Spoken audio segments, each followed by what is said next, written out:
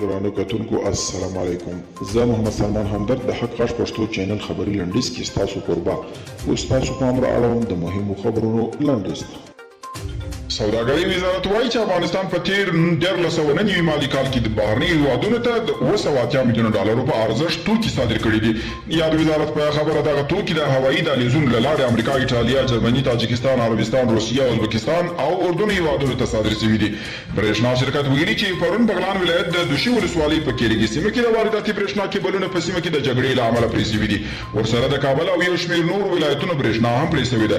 د جرمني په لویدیځ د لیورکوزن ښار د صنعتي پارک په یوه کارخانه کې درنه چاودنه شوې ده. د چاودنې له امله 15 تنه ورک شوي دي او یو شمېر نور په ټپي حالت کې تر روغتون پورې رسول شوي دي. او د ناټو عمومي منشي ینس سټولټنبرګ ویلي چې دغه سازمان به له افغانستان سره د بودیجې ملکي حضور او له افغانستان د باندې د افغان ځواکونو د روزنې برخو کې خپل ملاتړ ته دوام ورکړي. ینس سټولټنبرګ دا څرګندونې له اشرف غني سره په ټلیفوني خبرو کې کړې دي.